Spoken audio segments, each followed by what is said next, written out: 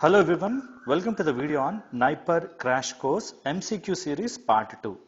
I have made already pharmacology answer explanation part 1 and this is the continuous part 2. This is my YouTube channel. If you like the video contents, do subscribe. Let's get into the questions. See, all these questions are asked in previous NIPER examination. All of them are from previous papers from 2017, 18, 19 and 20. So pay attention so that you will get an idea how the NIPER questionnaire will be there. Okay? Okay, let's get into the topic. See, tizanidine is dash used to treat spasticity and which has a rare adverse effect inducing hypotension. Now, tizanidine is a centrally acting alpha adrenergic agonist. To be specific, it is alpha 2 adrenergic receptor agonist. So, when you see the nerve ending, at the nerve ending, on the same nerve, you have certain receptors are there. They are also known as autoreceptors. Autoreceptors are present on the same nerve and they are alpha 2 type. Now, what is the function of this autoreceptor is whenever a noradrenaline neurotransmitter is released, it will be acting on surrounding peripheral receptors, the surrounding receptors on which these neurotransmitter will be acting. The excess one will go and bind with this alpha 2 receptor and inhibit noradrenaline synthesis. So autoreceptors, when they are activated, they reduce sympathetic activation. When sympathetic activation is reduced, what happens? It may cause hypotension. Because they are acting centrally in the CNS, see, they are acting centrally in the CNS, they can be used to treat spasm. From the CNS, whatever the neuron is coming to muscle will be inactivated, inhibited. So muscle contractions will be reduced. Especially this is used to treat muscle spasticity caused by multiple sclerosis and spinal cord injury. So the answer is A, centrally acting alpha adrenergic agonist. Now the next one. Parkinson's is associated with which of the following? See, all these are a kind of modification of proteins which occurs in the brain. Now in Parkinson's we see something called as Lewy bodies. Lewy bodies are nothing but a kind of sticky proteins and these proteins appear in the brain and they are responsible for dementia, a kind of memory loss which you see in Parkinson's. Now remaining things like AB plaques are nothing but amyloid plaques and neurofibrillary tangles. Both of these are found in Alzheimer's. So see, all these are a kind of changes which occur in brains. All are protein folding problems. Lewy bodies you see with Parkinson's, whereas amyloid and beta plaques, neurofibrillary tangles you found with Alzheimer's one. Somal spheres are normal things. Moving to the next one. Now, which of the following is not a hallucinogen? Hallucinogen, CNS stimulants which may cause thought disorders. See, hallucinations are various types are there like auditory, visual, tactile, a lot of kinds are there. Now, see, among these, LSD, lysergic acid diethylamide, mescaline, phencyclidine, all these are very powerful hallucinogens. But what is the question asked here? Not a hallucination.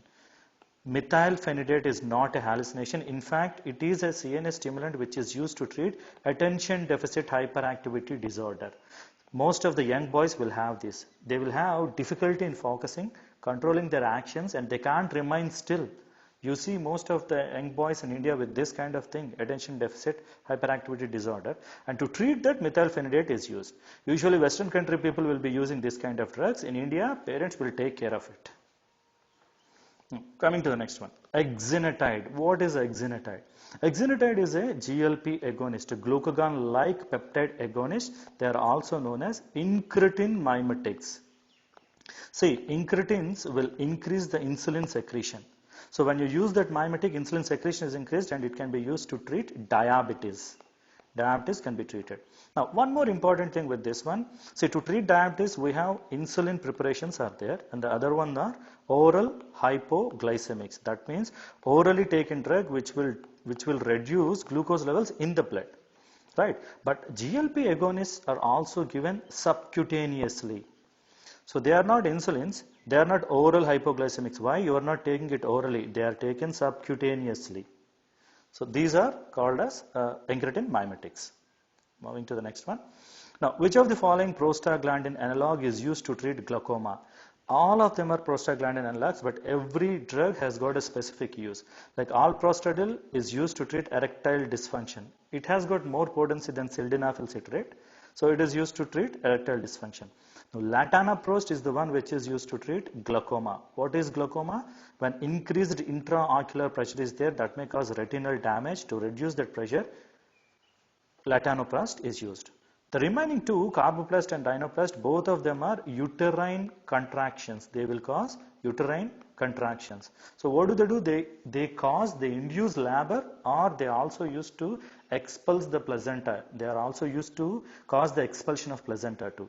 So these are, see, all of them are prostaglandin analogs. You need to remember this. All of them are prostaglandin analogs, but every analog has got a different use. Alprostadil used to treat erectile dysfunction. Latanoprost used to treat glaucoma.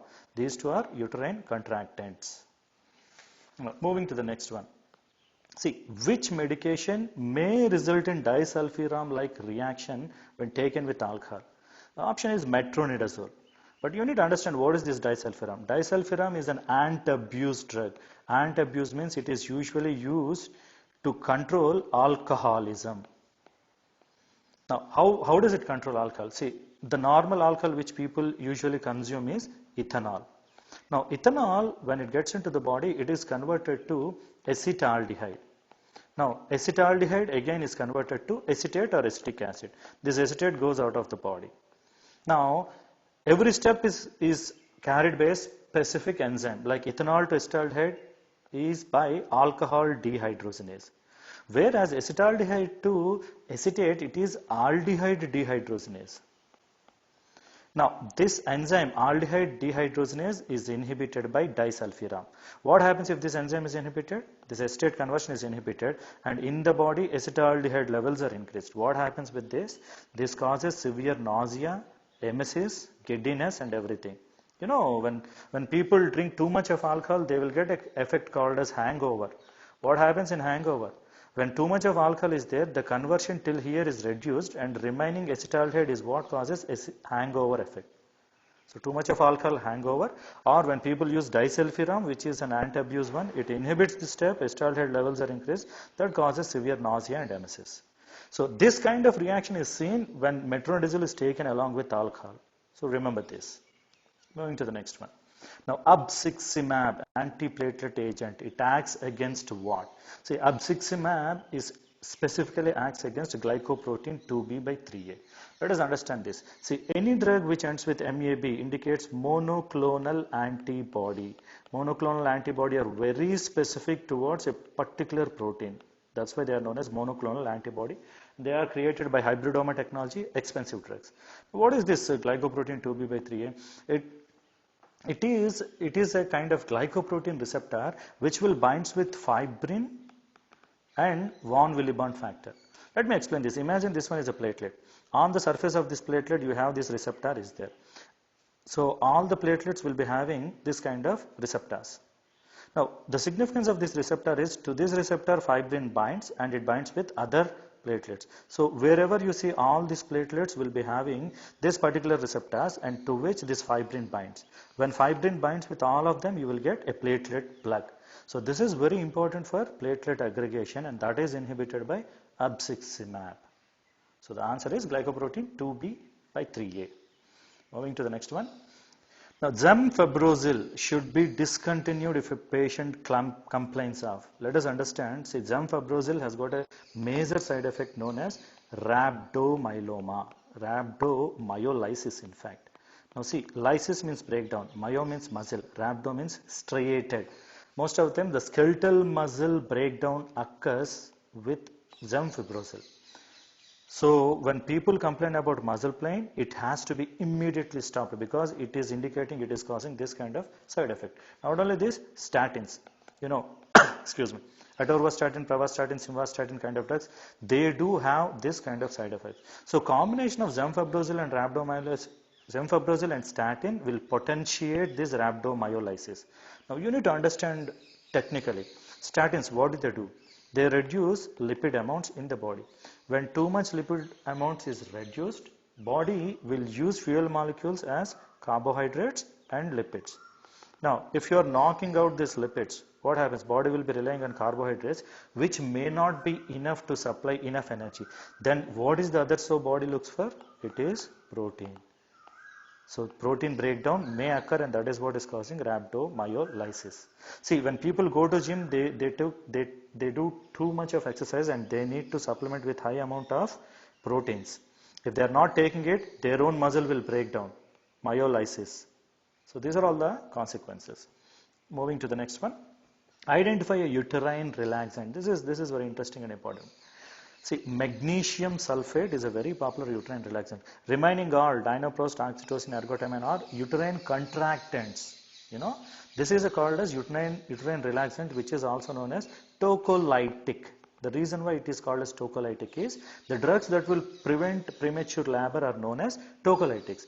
Magnesium sulfate it relaxes uterine as well as muscles too. That is the reason why it is used to treat Torsades pointus. You know, Torsades pointus is a specific type of arrhythmia.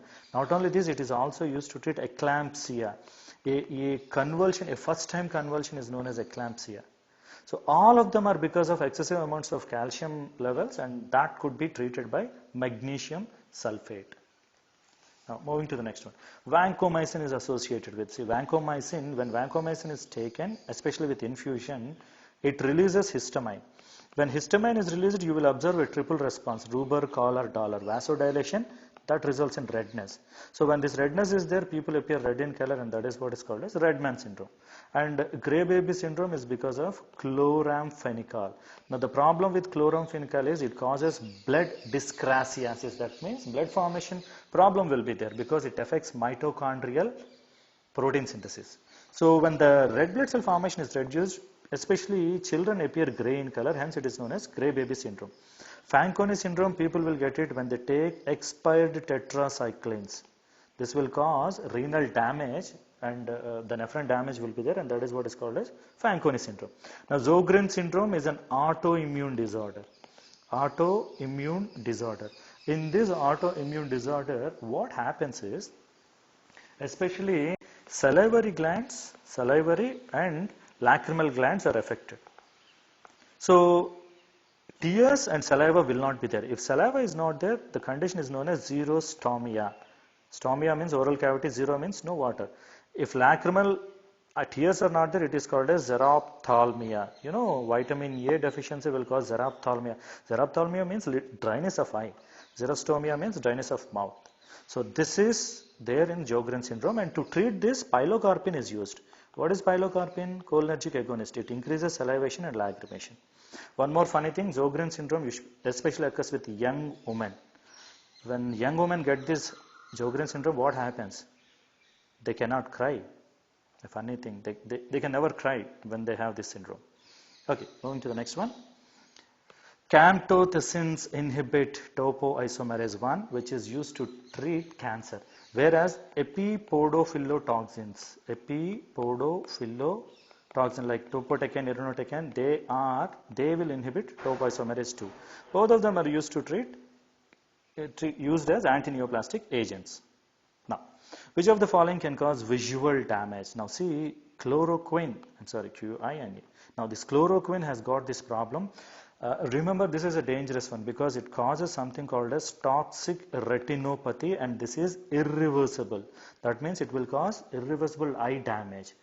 Unfortunately, even though the drug is stopped, the eye damage will progresses, and it results in permanent blindness. So remember, chloroquine has got a very problematic side effect, visual damage.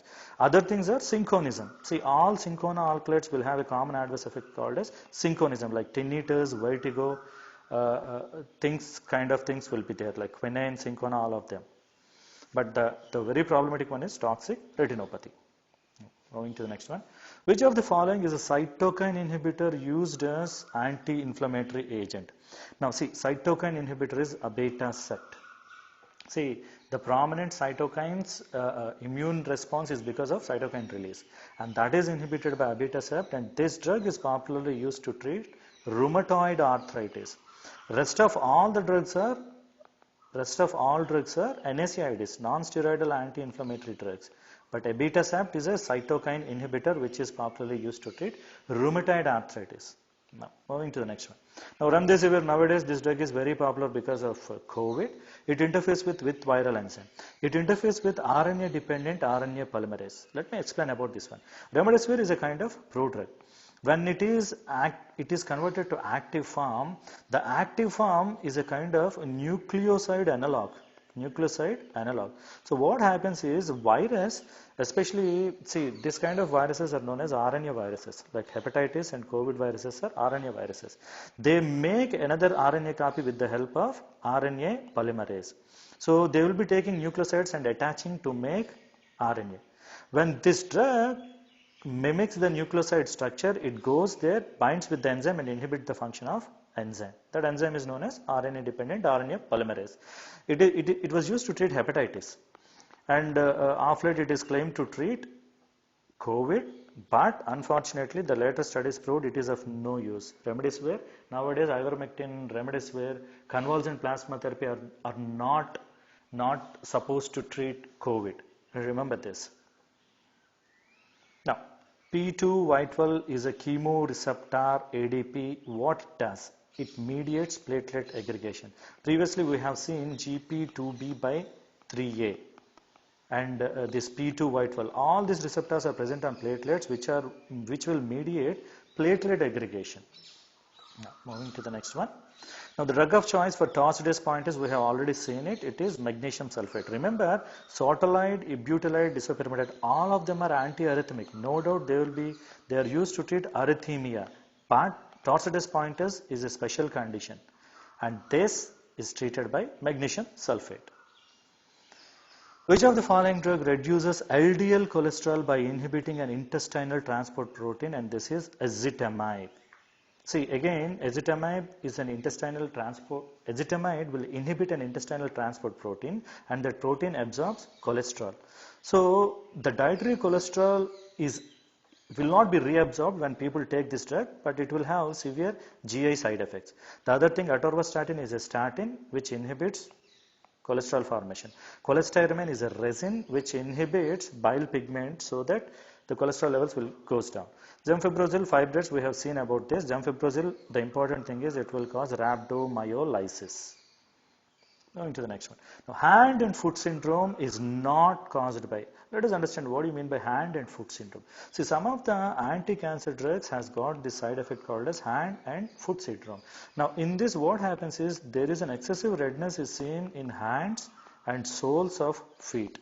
Both of them will be very much reddened. That's why it is known as hand and foot syndrome. Now, this is caused by fluorouracil, capecitabine, doxorubicin, even sorafenib. Sorafenib also causes this. The only leftover one which will not cause this is mitomycin. What is the question? Hand and foot syndrome is not caused by mitomycin. So the answer is mitomycin. Going to the next one. Now, cimetidine acts by blocking. Cimetidine acts by blocking H2 receptor. You know, H1 receptors will mediate allergy, whereas H2 receptors are present in our GI tract, which are responsible for the formation of HCl acid. So cimetidine blocks H2 receptor. Moving to the next one. Now, nerve gas used as a warfare agent are sarin, tarbon, soman. All of them are used as nerve gases. Now, these are known as organophosphates. Now, these organophosphates, what they will do is, they will irreversibly inhibit acetylcholine esterase. Now, the job of this acetylcholine esterase is acetylcholine is converted to acetate and choline. It is metabolized by acetylcholine esterase. When this acetylcholine esterase is inhibited, excess levels of acetylcholine will be there. Excess levels of acetylcholine will increases all kind of secretions from the body. And this is dangerous. This was used as a nerve gas in the warfare, especially in World War II. Hence, it is known as warfare agents. All sarin, tarbon, soman, all of them are nerve gases. So the answer is all the above. So this is about the series 2. If you like the video content, share with your friends. Thank you for watching this video.